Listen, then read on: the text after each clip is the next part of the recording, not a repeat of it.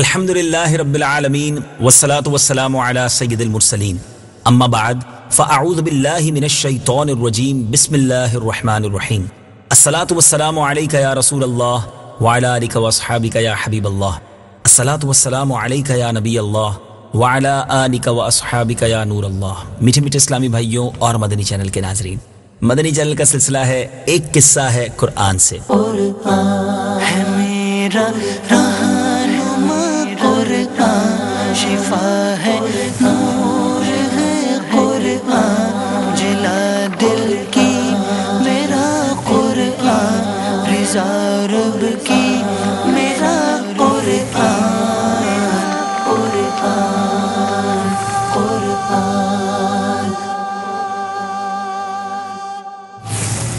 مگر آج کے سلسلے میں ایک نہیں دو قصے آپ کو سنانے ہیں۔ چونکہ مختصر قصے ہیں تو ہم نے سوچا کہ کیوں نہ ایک ہی ہماری ایپیسوڈ میں ایک ہی قسط میں دو قصے آپ کو سنائے جائیں۔ توجہ کے ساتھ شامل رہیے گا۔ پہلا قصہ سننا ہے میرے آقا علیہ الصلوۃ والسلام کا عظیم الشان معجزہ ہے۔ سبحان اللہ، نبی پاک علیہ الصلوۃ والسلام بھی کیا مبارک ہستی ہیں، اپنا جلوہ دکھائیں تو آج بھی 1400 سال گزرنے کے بعد بھی اپنے غلاموں کو اپنا جلوہ دکھاتے ہیں اور ایسا دکھاتے ہیں کہ ایمان تازہ کر دیتے ہیں۔ جی ہاں، نبی پاک علیہ الصلوۃ والسلام کے جلوے آج بھی عام ہیں، دیکھنے والی آنکھ چاہیے۔ جلوائے یار ادھر بھی کوئی پھیرا تیرا، حسرتیں 8 پہر تکتی ہیں رستہ تیرا۔ ہم بھی تمنائی ہیں، انشاءاللہ آقا ہم پر بھی کرم فرمائیں گے۔ مگر آج ایک ایسا معجزہ ہے، قرآنی واقعہ ہے کہ نبی پاک علیہ الصلوۃ والسلام دکھائی نہ دیے۔ جی ہاں، سامنے ہوتے دکھائی نہ دیے۔ ہے نا حیرت ناک بات؟ یہ کب ہوا تھا، کیسے ہوا تھا؟ آئیے سنتے ہیں۔ میٹھے میٹھے اسلامی بھائیوں، جب سورہ تبت یدا نازل ہوئی اور ابو لہب اور اس کی بیوی ام جمیل کی اس صورت میں مذمت اتری تو ابو لہب کی بیوی ام جمیل غصے میں آپے سے باہر ہو گئی۔ کیا مذمت اتری تھی؟ کیوں نہ سورہ تبت یدا کی تلاوت اور اس کا ترجمہ سنا جائے۔ آئیے سنتے ہیں۔ تبت یدا ابی لہب وتب۔ ترجمہ: ابو لہب کے دونوں ہاتھ تباہ ہو جائیں، اور وہ تباہ ہو ہی گیا۔ ما اغنى عنہ مالہ وما کسب۔ ترجمہ: اس کا مال اور اس کی کمائی اس کے کچھ کام نہ آئی۔ سیصلی نارا ذات لہب۔ ترجمہ: اب شولوں والی آگ میں داخل ہوگا۔ وامرأته حمالة الحطب۔ ترجمہ: اور اس کی بیوی لکڑیوں کا گٹھا اٹھانے والی ہے۔ فی جیدها حبل من مسد۔ ترجمہ: اس کے گلے میں کھجور کی چھال کی رسی ہے۔ اب کیا ہوا کہ اس نے کیا کیا، ایک بہت بڑا پتھر لے کر وہ حرم کعبہ میں گئی، اور اس وقت پیارے آقا علیہ الصلوۃ والسلام نماز میں تلاوت قرآن فرما رہے تھے، اور قریب ہی حضرت ابوبکر صدیق رضی اللہ تعالیٰ عنہ بیٹھے ہوئے تھے۔ ام جمیل بڑبڑاتی ہوئی پیارے آقا علیہ الصلوۃ والسلام کے پاس سے گزرتی ہوئی حضرت صدیق اکبر کے پاس آئی اور مارے غصے میں جھاگ بھرا ہوا تھا منہ میں، کہنے لگی کہ بتاؤ تمہارے رسول کہاں ہیں؟ مجھے معلوم ہوا ہے کہ انہوں نے میرے اور میرے شوہر کی ہجوم کی ہے۔ حضرت ابوبکر صدیق رضی اللہ تعالیٰ عنہ نے فرمایا کہ میرے رسول شاعر نہیں ہیں کہ کسی کی ہجوم کریں۔ یہ ہجوم کے معنی ہے یعنی کسی کی مذمت، کسی کی برائی اشعار کے ذریعے بیان کی جاتی تھی، کسی کے خلاف کچھ کہنا ہوتا تھا۔ تو پھر وہ غیظ و غضب میں بھری ہوئی پورے حرم کا چکر لگاتی رہی اور بکتی جگتی رہی، نبی پاک علیہ الصلوۃ والسلام کو ڈھونڈتی پھری، مگر پیارے آقا علیہ الصلوۃ والسلام اسے نظر نہ آئے، تو بڑبڑاتی ہوئی حرم سے باہر جانے لگی اور حضرت ابوبکر صدیق رضی اللہ تعالیٰ عنہ سے کہنے لگی کہ میں تمہارے رسول کا سر کچلنے کے لیے یہ پتھر لے کر آئی تھی، مگر افسوس کہ وہ مجھے نہیں ملے۔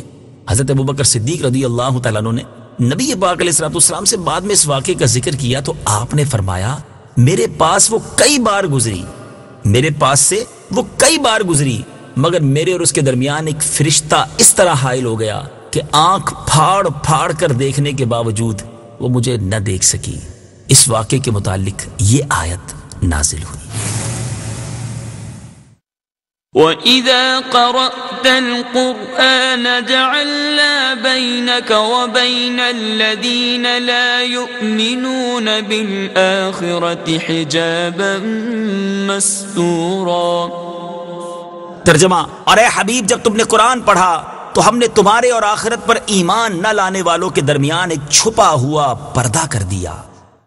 میٹھے میٹھے اسلامی بھائیوں، اب اس واقعے سے سبق کیا ملتا ہے کہ ام جمیل انکھیاری ہوتے ہوئے اور آنکھیں پھاڑ پھاڑ کر دیکھنے کے باوجود نبی پاک کے پاس سے ہی تلاش کرتی ہوئی بار بار گزری، مگر وہ آپ کو دیکھ نہ سکی۔ بلا شبہ یہ بڑی عجیب بات ہے اور میرے آقا علیہ الصلوۃ والسلام کا عظیم معجزہ ہے۔ اس قسم کے معجزات نبی پاک علیہ الصلوۃ والسلام سے بارہا صادر ہوئے، اور بہت سے اولیاء اللہ سے بھی ایسی کرامتیں بار بار صادر ہوتی ہیں، اور اولیاء کی یہ کرامتیں بھی نبی پاک علیہ الصلوۃ والسلام کے معجزات ہی ہیں، کیونکہ ولی کی کرامت در حقیقت اس کے نبی کا معجزہ ہی ہوا کرتا ہے۔ بہرحال بات وہی ہے کہ جلوہ دیکھنے والی آنکھیں ہونی چاہیے۔ شاعر لکھتے ہیں نا، آنکھ والا تیرے جوبن کا تماشا دیکھے، آنکھ والا تیرے جوبن کا تماشا دیکھے، دیدائے کور کو کیا آئے نظر، کیا دیکھے۔ ایک قصہ آپ نے سنا، اب ایک اور قصہ۔ بات ہے حضرت موسیٰ علیہ الصلوۃ والسلام کے دور کی، اور ایک بڑا عجیب و غریب پہاڑ تھا جو سروں کے اوپر آیا تھا۔ وہ کیا واقعہ ہے، آئیے سنتے ہیں۔ حضرت موسیٰ علیہ الصلوۃ والسلام نے تورات شریف کے احکام پڑھ کر بنی اسرائیل کو سنائے اور فرمایا کہ تم لوگ اس پر عمل کرو۔ جب بنی اسرائیل نے تورات شریف کے احکام کو سنا تو ایک دم انہوں نے ان احکام کو قبول کرنے سے انکار کر دیا، اور اس سرکشی پر اللہ تعالیٰ کا یہ غضب نازل ہوا کہ ناگہاں کوہ طور جو ہے، جی ہاں، یہ پورا پہاڑ جڑ سے اکھڑ کر کھڑا ہوا اور اڑتا ہوا بنی اسرائیل کے سروں پر ہوا میں معلق ہو گیا، جو 3 میل لمبی اور 3 میل چوڑی زمین میں ڈیرے ڈالے ہوئے مقیم تھے۔ جب بنی اسرائیل نے یہ دیکھا کہ پہاڑ ان کے سروں پر لٹک رہا ہے تو سب کے سب سجدے میں گر کر عہد کرنے لگے کہ ہم نے تورات کے سب احکامات کو قبول کیا، ہم ان پر عمل بھی کریں گے۔ مگر ان لوگوں نے سجدے میں اپنے رخسار اور بائیں بھووں کو زمین پر رکھا اور داہنی آنکھ سے پہاڑ کو دیکھتے رہے کہ کہیں ہمارے اوپر گر تو نہیں رہا۔ یہی وجہ ہے کہ اب بھی یہودی اسی طرح سجدہ کرتے ہیں کہ بایاں رخسار اور بائیں بھووں کو زمین پر رکھتے ہیں۔ بہرحال بنی اسرائیل نے جب توبہ کر لی اور تورات کے احکام پر عمل کرنے کا عہد کر لیا تو پھر یہ پہاڑ اپنی جگہ پر واپس چلا گیا۔ قرآن مجید نے اس واقعے کو چند جگہوں پر بیان فرمایا، مثلا سورہ اعراف میں کیا فرمایا، آئیے سنتے ہیں۔ وَإِذْ نَتَقْنَا الْجَبَلَ فَوْقَهُمْ كَأَنَّهُ ظُلَّةٌ وَظَنُّوا أَنَّهُ باقِعٌ بِهِمْ خُذُوا مَا آتَيْنَاكُمْ بِقُوَّةٍ وَاذْكُرُوا مَا فِيهِ لَعَلَّكُمْ تَتَّقُونَ۔ ترجمہ، اور یاد کرو جب ہم نے پہاڑ ان کے اوپر بلند کر دیا، گویا وہ سائبان ہے، اور انہوں نے سمجھ لیا کہ یہ ان پر گرنے ہی والا ہے، اور ہم نے کہا جو ہم نے تمہیں دیا ہے اسے مضبوطی سے تھام لو، اور جو کچھ اس میں ہے اسے یاد کرو تاکہ تم پرہیزگار بن جاؤ۔